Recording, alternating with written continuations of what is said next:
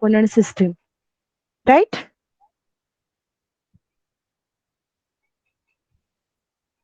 Yes, ma'am. What is the example of two component system? Lead plus silver. Lead and silver system, ठीक है। पूरा explain किया था ना हमने, डायग्राम वगैरह सब। जल्दी रिप्लाई करो। हाँ हाँ मैम, किया था। हाँ, पूरा मतलब डिस्कस किया है हमने। We have discuss about the curves. Curves कौन कौन से थे डायग्राम में? A O O B, right? Two curves, and point O, that is called as a eutectic point. So at the eutectic point, what is the temperature? 303. And what is the composition? क्या composition बनता है at point O, eutectic point? 2.6% of Silver. Silver. हाँ, yes, and 97.4% of lead. So it's a proper combination of this alloy. ठीक है, तो ये सब हमने डिस्कस किया था। This two questions are very very important, one component system and two component system. और बाकी शॉर्ट क्वेश्चन क्या आ सकते हैं? Define the following terms like component, phase, degree of freedom. Okay, now the last part is advantages of phase rule. What are the advantages and limitations of the phase rule? आप ये जो notes थे वो open कर सकते हो क्या? एक मिनट है, मैं शेयर करती हूँ।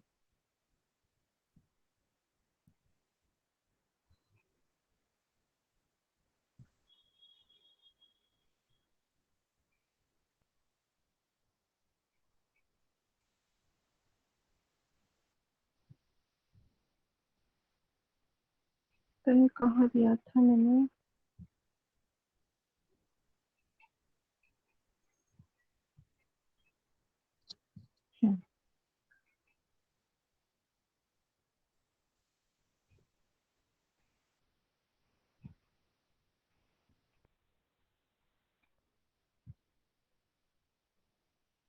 Yes, advantages of phase rule. एक 3 मार्क्स के लिए क्वेश्चन आता है।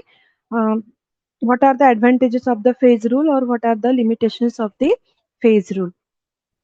ठीक है, एक बार हम रीड करेंगे इसको। एडवांटेजेस ऑफ फेज रूल, क्या एडवांटेजेस है? It is applicable for both, applicable to both chemical and physical equilibria. Then it is applicable to macroscopic system, and hence no information is required regarding the molecular or microstructure. Microstructure के लिए it's not applicable, it's applicable to microscopic system. Then यहाँ पे third point दिया है कि जैसे कि different states जो है इसमें, एक मिनट,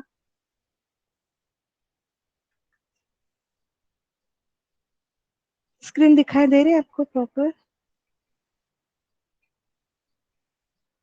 यस मैम। ठीक है, देन इसका यूज क्या है? फेज रूल से क्या करते हैं? We can classify the equilibrium state in terms of phases, component, degree of freedom. हर बात हमें पता चलती है कि what is the phase, what are the components, what is the degree of freedom in the equilibrium system. Then fourth point क्या है?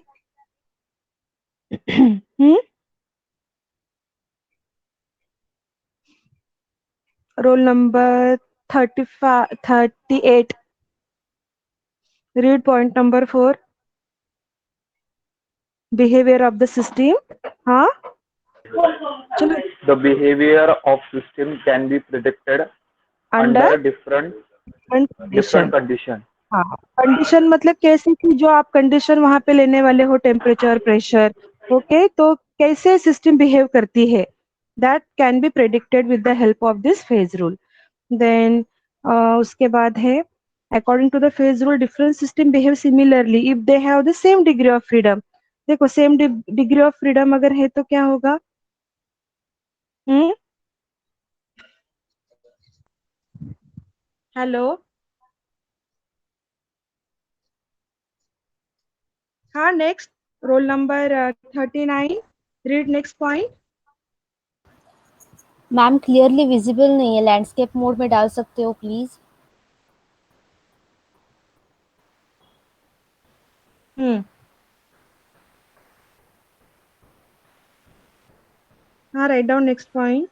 Point number 5, 6. 6. Okay. Hmm. Phase rule helps in deciding under a given set of conditions. A. Hmm. Existence of equilibrium among various substances. Hmm. B. Interconvergence of substances. Hmm. C. Disappearance of some of the substances. Okay, and what are the limitations?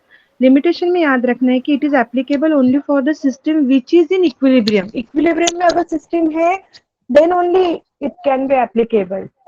बराबर, लेकिन वहां पे slowly equilibrium form हो रहा है एकदम slow rate से, तो उस केस में phase rule is not applicable. ये इसके लिमिटेशन है. It is applicable only for the system which is in equilibrium. Only the 3 degree of freedom यहाँ पे हम कंसिडर कर सकते हैं, like the temperature, pressure and composition, और we can say concentration, right.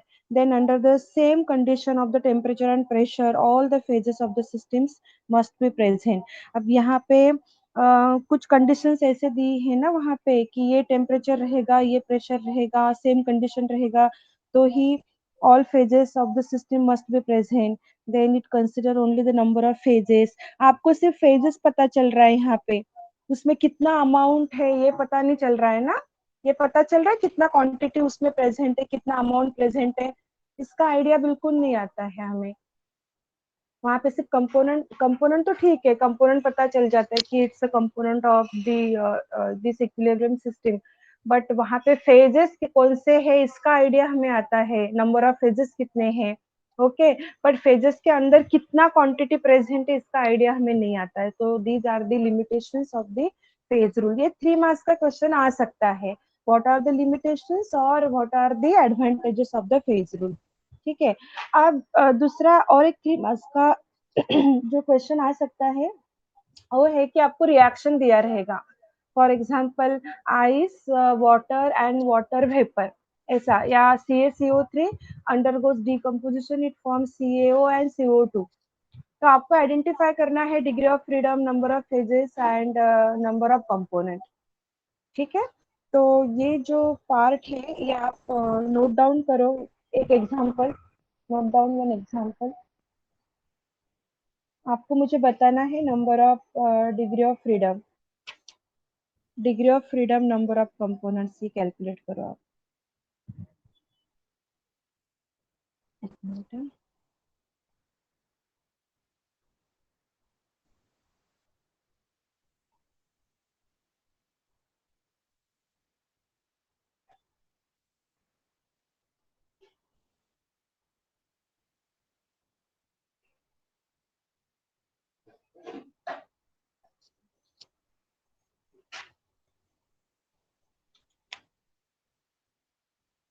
Ma'am हाँ, यस. मैम एक लड़की को एंट्री चाहिए. हाँ, किया ना, अभी जस्ट किया मैंने. ओके एक मैम. मिनट. हाँ, अभी तो कोई भी नहीं है. उसको फिर से रिक्वेस्ट भेज, मतलब आस्क टू ज्वाइन करने के लिए बोलो. मैम नहीं, आपने किया उसे ज्वाइन अभी. अच्छा अच्छा, ठीक है.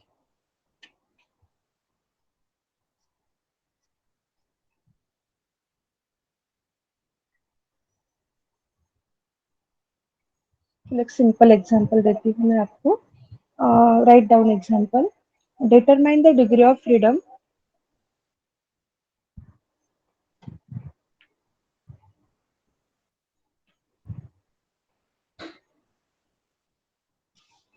Determine the degree of freedom in the system.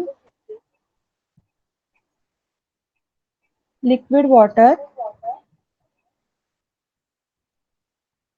एक minute.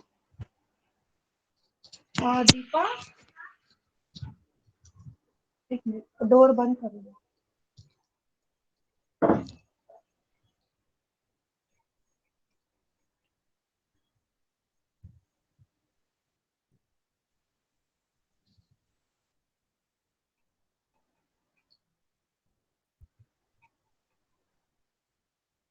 Write down example. Determine the degree of freedom in the system. Liquid water. and liquid vapor in equilibrium at a pressure of 1 atmosphere. At a pressure of 1 atmosphere. मतलब आपको equilibrium किसके बीच में दिखाना है? Water liquid और water vapour के बीच में, और डिग्री ऑफ फ्रीडम कैलकुलेट करना है। चलो करो। Ma'am degree of freedom 0। नहीं, सबको करने दो ना।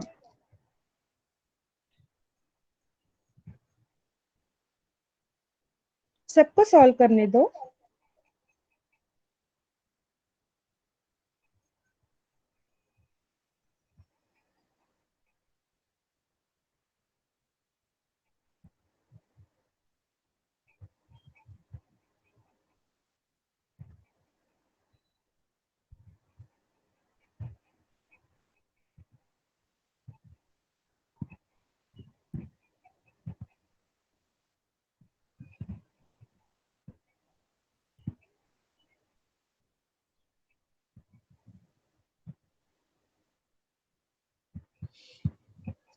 यहाँ पे प्रेशर ना 1 एटमॉस्फेरिक दिया हुआ है। Pressure is constant.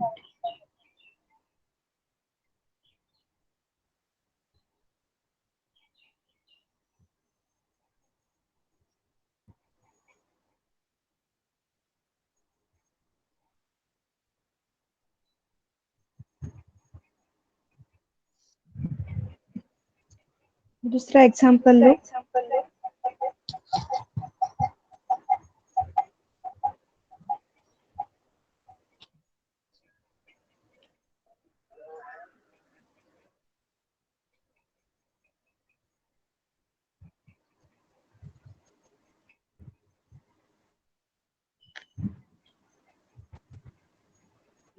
Calculate the component and degree of freedom in the system.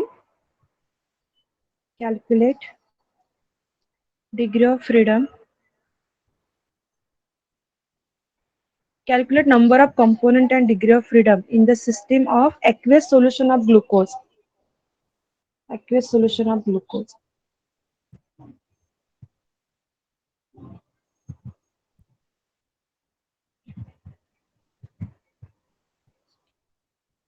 Glucose solution है, ठीक है।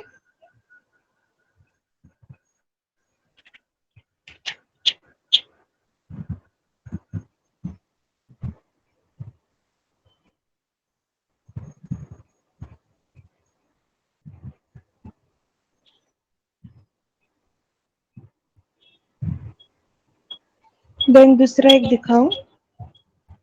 Equilibrium in between H2O liquid and H2O gas. H2O liquid and H2O gas.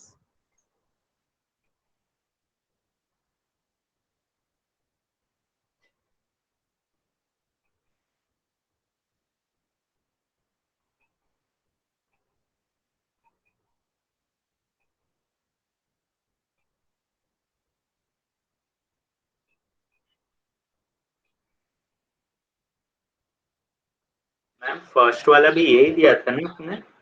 नहीं हो, मैंने ये दिया था। अच्छा, यही दिया था क्या? यही है। हाँ मैम, वाटर एंड वेपर था। वाटर और वाटर वेपर ही था क्या? ठीक है। फिर सॉलिड और लिक्विड ले लो ना। मतलब आइस एंड वाटर ऐसा ले लो। आइस एंड वाटर का ले लो।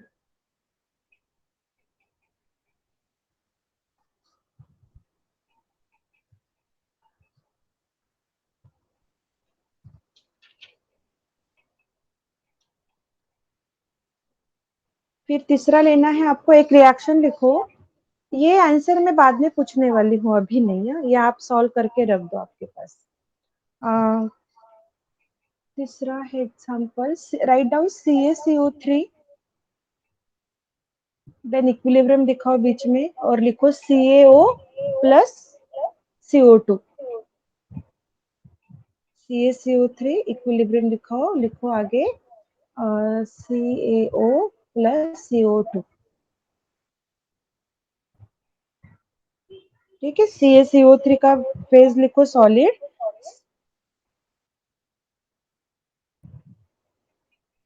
ठीक है, आप ही लिखना, आपको पता है ये सब, मैं नहीं बताऊंगी। आप आराम से इसको सॉल्व करो, कोई जल्दी नहीं है।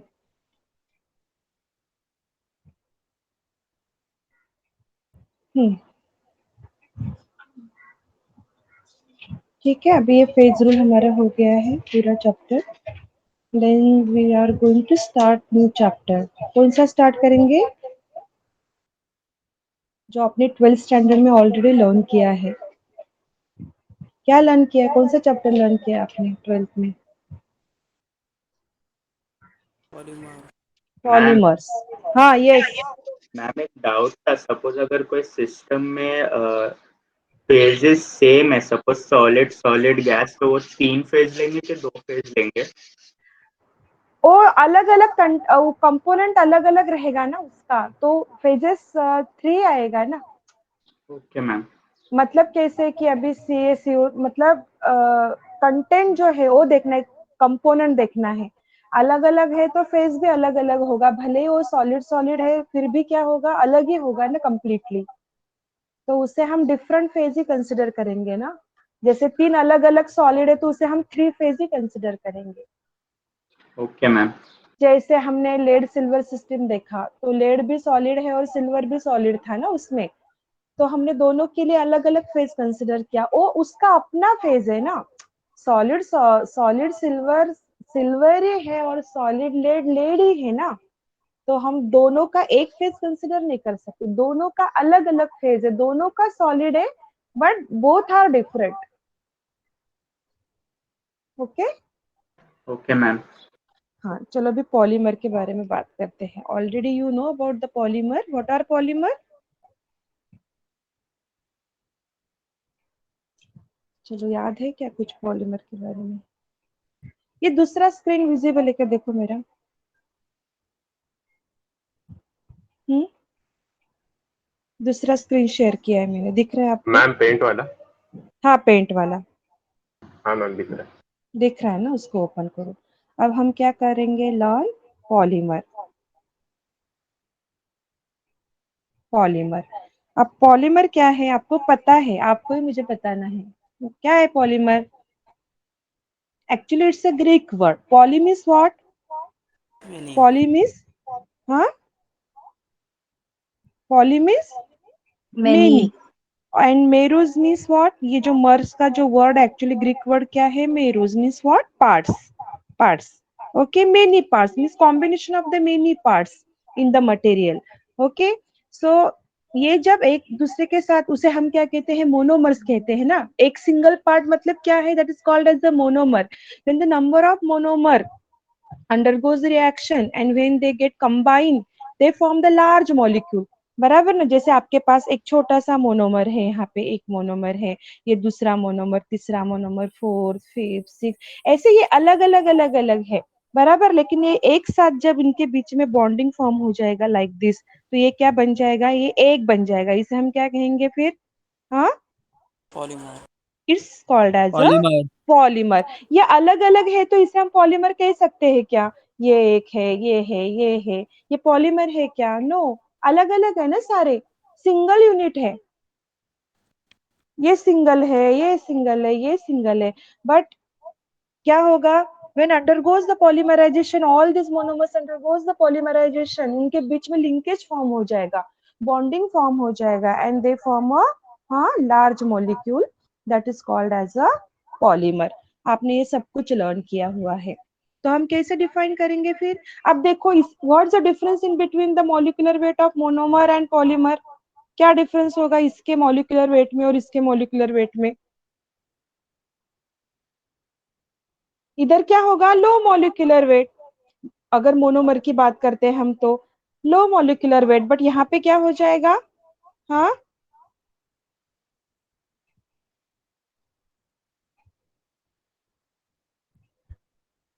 Hello,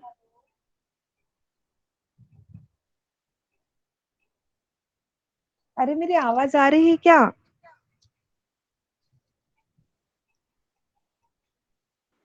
yes ma'am.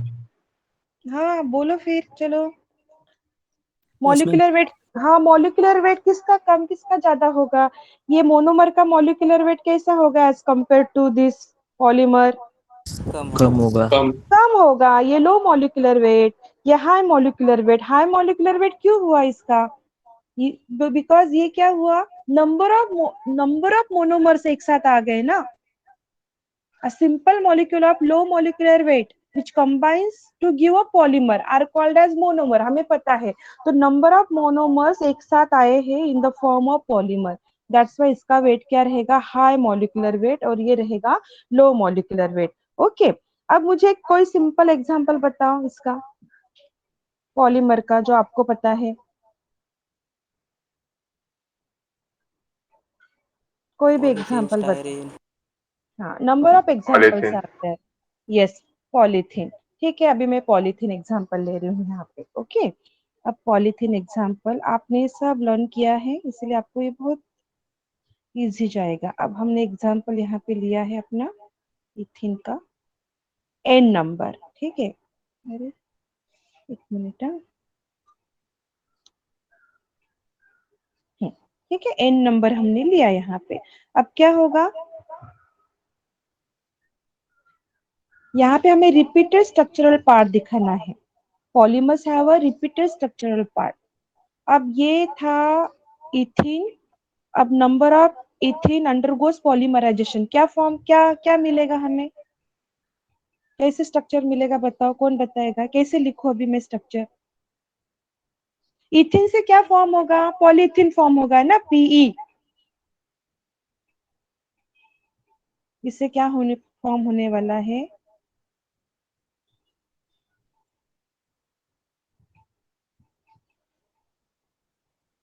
ये राइटिंग में थोड़ा सा प्रॉब्लम हो रहा है मुझे।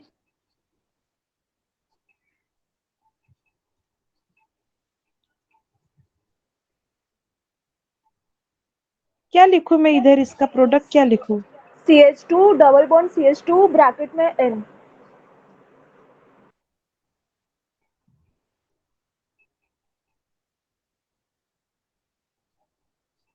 ऐसे लिखो? हाँ मैम मैम ऐसे लिख। डबल बॉन्ड आएगा ना? डबल बॉन्ड कैसे आएगा? नहीं मैम डबल बॉन्ड नहीं आएगा।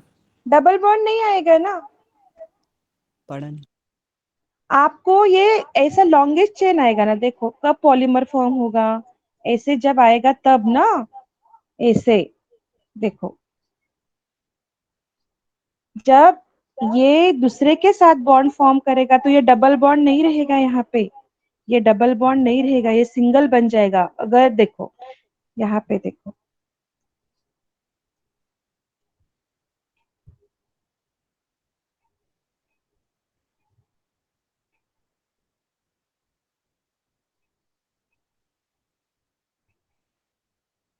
अब CH2 डबल बॉन्ड CH2 है, ऐसे n number of CH2 double bond CH2 है। अब ओके, अभी ये ऐसा सिंगल है। अब ये दूसरे के साथ अगर उसको बॉन्ड करना है, दोनों के बीच में, तो इन दोनों के बीच में बॉन्ड फॉर्म होना चाहिए ना। तो ये थोड़ी रहेगा, कार्बन को कितने बॉन्ड्स रहते हैं? फोर। हाँ, फोर तो बाई। ये इधर 5, तो ये निकल जाएगा ना इधर से। हाँ, ये इधर से निकल जाएगा, और इसके बीच में ऐसा बॉन्डिंग फॉर्म होगा, मतलब ऐसा चेन फॉर्म हो सकता है ना, like this. CH2 CH2 CH2 CH2 CH2, कितनी बार लिखेंगे हम? It's not possible to write, बराबर। इसीलिए क्या करेंगे, ऐसा बॉन्ड दिखा के क्या करना है इधर,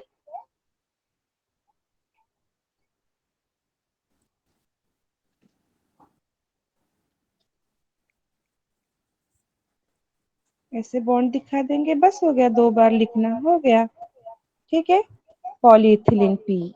is it clear? Yes ma'am.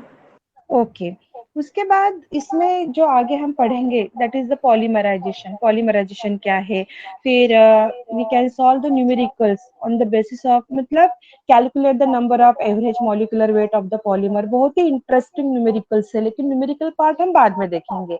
पहले हम कुछ बेसिक्स इसके बारे में लर्न करेंगे अबाउट दिस पॉलीमर। अब आपने क्या लर्न किया हुआ है पॉलीमर के बारे में?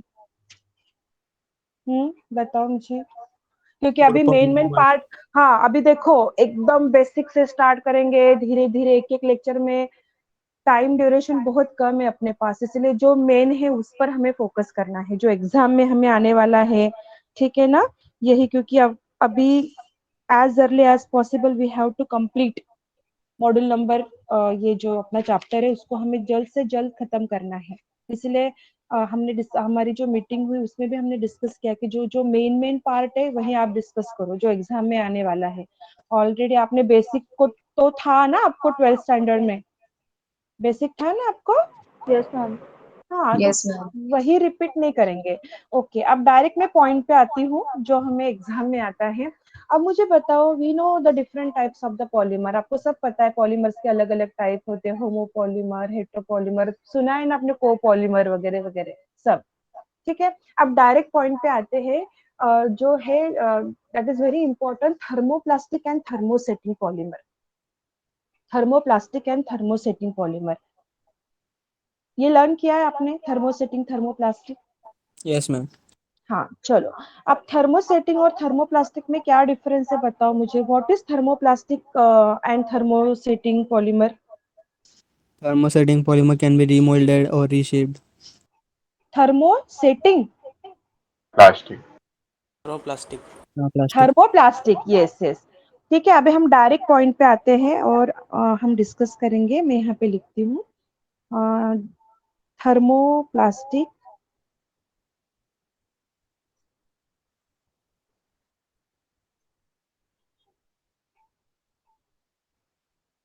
थर्मोप्लास्टिक, और हमारा दूसरा क्या है,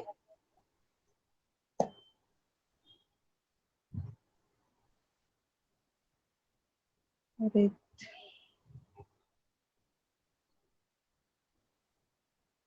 यहाँ पे है थर्मोसेटिंग।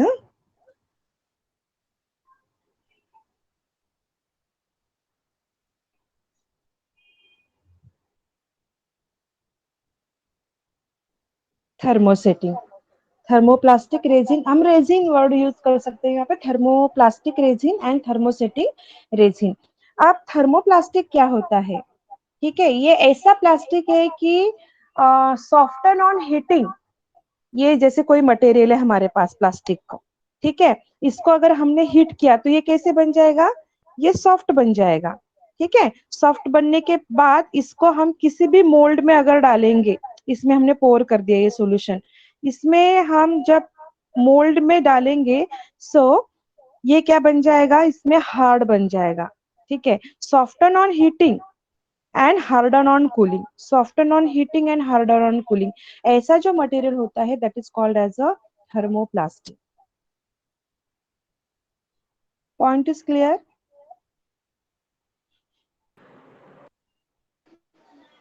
Yes, ma'am. यस ठीक मैम। है, हाँ, ये मटेरियल है हमारा थर्मोप्लास्टिक, ये जो हमारा मटेरियल है, म्यूट प्लीज, ये हमारा मटेरियल, इसको अगर आपने हीट किया तो सॉफ्ट बन जाएगा, और कुल किया तो क्या होगा, हार्ड बन जाएगा। So the plastic which soften on cooling and harden soften on heating and harden on cooling, it's called as a thermoplastic. And what's about the thermosetting? Thermosetting में क्या होता है, Those plastics which doesn't soften on heating. मतलब soft मतलब नहीं, यहाँ yes, मतलब क्या बोल सकते हैं हम कि on initial heating they are fusible on initial heating, but turn into the infusible mass on heating further, आप और हीट करोगे तो वो किस इनफ्यूजिबल मास में कन्वर्ट होगा। इसमें कैसा है, एक बार आपने शेप दे दिया तो दे दिया, फिर से आप चेंज नहीं कर सकते हो। इधर क्या हो रहा है, soften on heating harden on cooling, soften on heating harden on cooling, मतलब क्या हो रहा है यहाँ पे, रिसाइकलिंग हो सकता है, रीशेपिंग हो सकता है, बट थर्मोसेटिंग के केस में नहीं। यहाँ पे एक बार आपने शेप दे दिया और डिस्ट्रॉय हो जाएगा, बट अपना शेप चेंज नहीं करेगा, can not be recycle, can not B reshape. Is it clear. Yes, अब ma'am. एग्जाम्पल मैं बता देती हूँ, जैसे कि थर्मोसेटिंग, इसका जो एग्जाम्पल है ना, थर्मोसेटिंग का urea formaldehyde, phenol formaldehyde, Bakelite आपने सुना होगा, ठीक है। तो ये सारे जो एग्जाम्पल है ये थर्मोसेटिंग के हैं। और थर्मोप्लास्टिक में क्या है, बहुत सारे एग्जाम्पल है, polystyrene, Teflon, PVC, polyethylene, okay, ये एग्जाम्पल है। अब दूसरी बात है कि फॉर्मेशन कैसा होता है, थर्मोप्लास्टिक का फॉर्मेशन कैसा होता है। तो थर्मोसेटिंग का फॉर्मेशन कैसा होता है कि they are form by addition polymerization. कैसे फॉर्म होता है?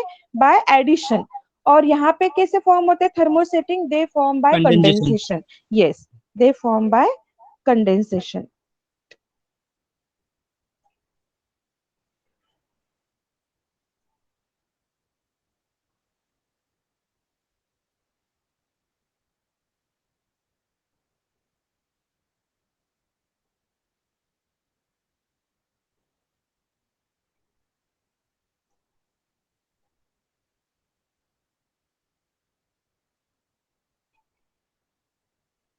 क्या बताया मैंने? Addition, they are form by addition polymerization. और यहाँ पे क्या है? हाँ, कंडेंसेशन। ठीक है। देन सेकेंड पॉइंट क्या बता सकते हो आप मुझे? अब एडिशन नहीं, मतलब कैसा स्ट्रक्चर होगा उनका? लीनियर होगा या क्रॉस लिंक होगा? लीनियर। एडिशन मतलब कैसे कि ये अपना मोनोमर है ना, R dash R dash R dash, ऐसे स्ट्रक्चर दिखाई देगा देखो आपको इसमें। मतलब एडिशन पॉलीमराइजेशन ऐसे होता है ना, ऐसे होगा। तो ये कैसा स्ट्रक्चर है? लीनियर है कि क्रॉस लिंक है? Linear. लीनियर है। ओके, अगर आपका स्ट्रक्चर ऐसा है, कंडेंसेशन से क्या होता है? रिमूवल ऑफ स्मॉल मॉलिक्यूल ना। तो जैसे रिमूवल ऑफ स्मॉल मॉलिक्यूल हो गया तो यहाँ पे आपको स्ट्रक्चर ऐसे मिलेगा।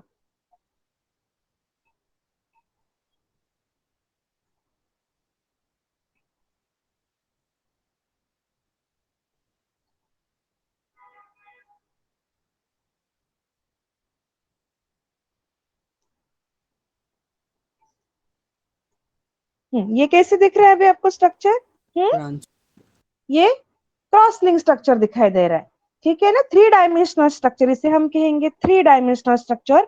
और क्रॉस लिंक स्ट्रक्चर ये कब फॉर्म होता है? It's because of the condensation polymerization. यहाँ पे एडिशन से आपको लीनियर,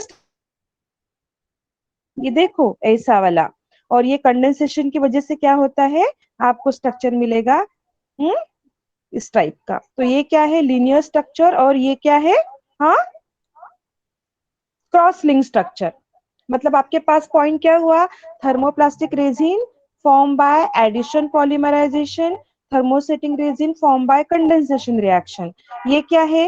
लीनियर इन स्ट्रक्चर और ये क्रॉस लिंक और थ्री डायमेंशनल स्ट्रक्चर। ओके, अब तीसरा पॉइंट जो है, next point, next point is, यहाँ पे हमें देखना है मोनोमर के बारे में थोड़ा जानेंगे। मोनोमर, मोनोमर में कौन से बॉन्ड प्रेजेंट रहेंगे तो एडिशन पॉलीमराइजेशन होगा? C double bond C bond. Monomer contains, आपके मोनोमर में अगर C double bond C, carbon double bond carbon और कार्बन ट्रिपल बॉन्ड कार्बन, अगर ऐसा है तो दे अंडरगोज एडिशन पॉलीमराइजेशन। मतलब हमारा नेक्स्ट पॉइंट क्या बनेगा? Mono in thermoplastic monomer contains carbon double bond carbon, carbon triple bond carbon. अब यहाँ पे हो रहा है कंडेंसेशन। अब कंडेंसेशन होने के लिए आपके मोनोमर में क्या होना जरूरी है? कंडेंसेशन मतलब कौन सा कंडेंसेशन हो रहा है यहाँ पे? Removal of the small molecule like CO2 H2O। बराबर ना, पॉलीमराइजेशन होने के बाद कुछ मॉलिक्यूल्स, छोटे छोटे मॉलिक्यूल्स रिमूव होते हैं, वहां से क्रॉसलिंक स्ट्रक्चर फॉर्म होता है। तो उस मोनोमर में ऐसा क्या चाहिए कि उसकी वजह से ये क्रॉसलिंक स्ट्रक्चर फॉर्म हो सकता है, कंडेंसेशन पॉलीमराइजेशन हो सकता है? जैसे इसमें carbon carbon carbon double bond चाहिए या कार्बन कार्बन ट्रिपल बॉन्ड चाहिए, बराबर। तो इसमें क्या होना चाहिए इस मोनोमर में? Bifunctional. बाइफंक्शनल नहीं बोल सकते हम, सम फंक्शनल ग्रुप, सम फंक्शनल ग्रुप्स प्रेजेंट। ओके, कौन से फंक्शनल ग्रुप प्रेजेंट हो सकते हैं? ये फंक्शनल ग्रुप प्रेजेंट हो सकते हैं इसमें। आपका जो मोनोमर रहेगा ना, उसमें ये वाले फंक्शनल ग्रुप होना जरूरी है। समझ में आया? मतलब यहाँ पे आप पॉइंट लिख सकते हो, monomer contains carbon carbon double bond, carbon carbon triple bond. यहाँ पे monomer contains some functional group like, हाँ, हाइड्रोक्सी ग्रुप है, OH group, NH2 group, COH group, etcetera. Okay, अब आप बोलो मुझे, आप बताओ मुझे, ये स्ट्रॉन्ग रहेगा या ये स्ट्रॉन्ग रहेगा? मतलब स्ट्रक्चर देख के बताओ। ये अपना ये वाला स्ट्रक्चर है ना, लीनियर स्ट्रक्चर लाइक दिस। और ये थर्मोसेटिंग। अपना, हाँ, ये स्ट्रक्चर ऐसा है, देखो, ये स्ट्रक्चर ऐसा है हमारा, इधर इस टाइप का स्ट्रक्चर। ये स्ट्रॉन्ग रहेगा, ये स्ट्रॉन्ग रहेगा, या ये स्ट्रॉन्ग रहेगा? थर्मोप्लास्टिक स्ट्रॉन्ग है या थर्मोसेटिंग? थर्मोसेटिंग। हाँ, तो ये थर्मोसेटिंग, यहाँ पे क्या लिखोगे आप?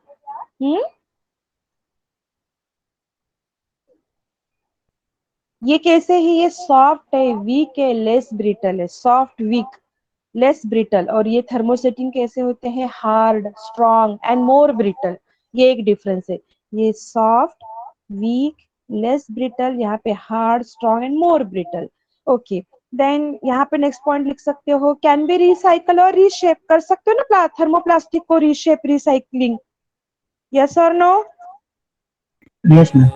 Yes, because हमें क्या पता है, we know the basic कि they are soften on heating, soften on heating, harden on cooling, soften on heating, harden on cooling. That's why can be recycle or reshape. But यहाँ पे क्या है? Cannot be recycle or reshape. Okay. Then next point is about the solubility. ठीक है, solubility का point है next वाला। अब solubility कैसे देखी जाती है इसकी? कोई ऑर्गेनिक सॉल्वेंट हमने ले लिया, ठीक है, और उसमें थर्मोप्लास्टिक हमने डाल दिया, तो कुछ कुछ सम ऑर्गेनिक सॉल्वेंट की बात कर रहे हैं, क्या thermoplastic are soluble in some organic solvent? Okay, कुछ ऐसे है, कुछ एग्जांपल्स ऐसे कि उसमें वो सॉल्युबल हो सकता है, but thermosetting not soluble in organic solvent. Thermosetting ये सॉल्युबल नहीं होते हैं। तो ये पॉइंट आप यहाँ पे लिख सकते हो ना, एक्स्ट्रा वाला, क्या लिख सकते हो? हाँ, ये क्या है? Soluble, soluble in some organic organic solvent। और यहाँ पे क्या लिखोगे आप? हाँ, not soluble in organic solvent। Okay, then what's about the molecular weight? Molecular weight बताओ। Low molecular weight in thermoplastic. यहाँ पे क्या है? इधर क्या लिखेंगे हम? यहाँ पे लो मॉलिक्यूलर वेट, और यहाँ पे हाई मॉलिक्यूलर वेट। ये हो गया। अब कौन सा पॉइंट बाकी है? बहुत सारे पॉइंट्स हमने देखे, चलो अब बताओ मुझे सारे पॉइंट। पहला पॉइंट क्या लिखेंगे थर्मोप्लास्टिक के बारे में? They are formed by addition polymerization. Addition, और ये Condensation. Condensation. Okay, next point. They are linear polymers with रुको no रुको, branches. जस्ट अ मिनट, दूसरे को भी थोड़ा चांस दो। नेक्स्ट कौन बताएगा?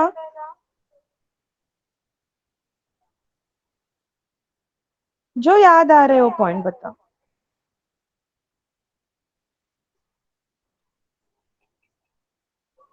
What is the effect of heating? क्या होगा हीटिंग से?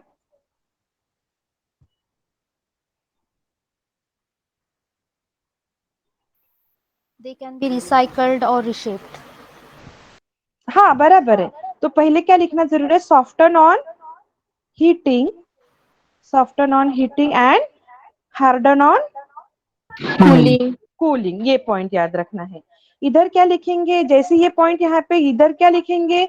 दे are fusible on initial heating, they are fusible on initial heating but turns into infusible mass on further heating, या ऑन हीटिंग फर्दर। पहले क्या बनेंगे? और इनिशियल हीटिंग पे क्या बन जाएगा? थोड़ा सा फ्यूजिबल हो जाएंगे ये। ओके, बट फर्दर हीटिंग के बाद क्या होगा? कन्वर्टेड इनटू इनफ्यूजिबल मास। जैसे इसमें इजीली मेल्ट हो रहा है ना वो, लेकिन यहाँ पे नहीं होगा। Then what's about the molecular weight? हाँ लॉन्ग चेन लाइनर, हाँ, लो, और इधर हाँ हाइयर। ठीक है, low molecular weight, higher molecular weight. Then what's about the structure? हाँ, कोई भी बताओ नेक्स्ट। लॉन्ग हाँ, chain liner, long chain liner, linear in structure. sorry, linear, हाँ, and linear। 3D और structure, यहाँ पे 3D, 3D स्ट्रक्चर। यहाँ पे क्या है? यहाँ पे है 3D, लीनियर इन स्ट्रक्चर, और यहाँ पे 3D, और उसे हम क्या है कहेंगे? It's called as a cross cross link, cross link structure. 3D structure और क्रॉस लिंक स्ट्रक्चर। ठीक है, फिर next point, what's about the softness and hardness? ये कैसे रहेंगे? Soft and हाँ, ये रहेंगे सॉफ्ट, वीक, सॉफ्ट इसलिए वीक है ना, and less brittle. Less brittle, यहाँ पे क्या रहेगा? इधर सॉफ्ट है तो इधर क्या रहेगा? हार्ड। यहाँ पे स्ट्रॉन्ग, और यहाँ पे लेस ब्रिटल है तो इधर क्या आएगा? More brittle. Then can be recycle, reshape, यहाँ पे can not be recycle, reshape. What's about the solubility? Soluble in organic solvent. यस, और यहाँ पे थर्मोप्लास्टिक क्या है? Soluble in some organic solvent, और इधर क्या रहेगा थर्मोसेटिंग में? Not soluble in some organic solvent. Okay. हाँ, what's about the monomer? Monomer का क्या होगा? क्या चाहिए मोनोमर में? डबल और triple bond. Yes, monomer. Thermoplastic में क्या क्या लिखोगे आप? थर्मोप्लास्टिक में मोनोमर कंटेन्स, हाँ, carbon carbon double bond carbon triple bond. Carbon double bond और कार्बन कार्बन ट्रिपल बॉन्ड। और इधर इस साइड में थर्मोसेटिंग में functional groups. some functional group like OH, NH2,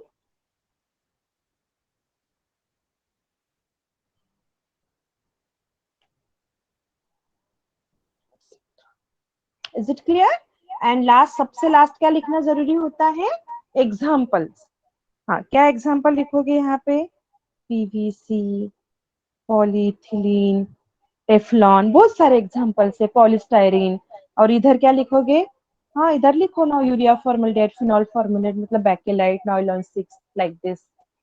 okay, तो ये हो गया अपना 5 मार्क्स का क्वेश्चन। डिफरेंस, इतने सारे डिफरेंस अगर हमने लिखे तो ओके, 4 to 5 मार्क्स का क्वेश्चन यह आज हमारा ये हो गया। समझ में आया?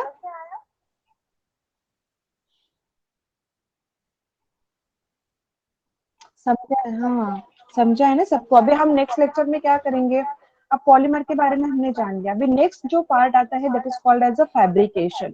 फैब्रिकेशन और मोल्डिंग ऑफ द प्लास्टिक, कैसे मोल्डिंग किया जाता है? So number of technique we can use for the moulding.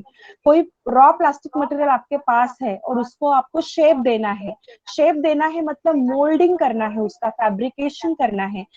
Okay, fabrication और मोल्डिंग मतलब क्या है? एक्चुअली इट्स अ मतलब giving any desired shape to the plastic with the help of the mould. Okay, but ये कैसे करेंगे? The method of, number of method, fabrication methods are there, but ये जो मेथड, हम कौन सी मेथड यूज करनी चाहिए, that depends upon the resin, मतलब कौन से टाइप का रेजिन आप यूज कर रहे हो, थर्मोप्लास्टिक और थर्मोसेटिंग। बिकॉज हमने अभी डिफरेंस में देखा ना, दोनों कंप्लीटली अलग है एक दूसरे से। आप थर्मोप्लास्टिक यूज कर रहे हैं, if you are using thermoplastic so कौन सा मेथड यूज करना चाहिए? Fabrication method. If you are using thermosetting so कौन सा मेथड एप्लीकेबल है? ये हम नेक्स्ट लेक्चर में देखेंगे। So in your syllabus, the 4 methods are mentioned. That is a compression method, compression molding, transfer moulding, extrusion moulding, injection moulding, ये 4 methods है। तो हर मेथड को हम डिटेल में लर्न करेंगे विथ डायग्राम।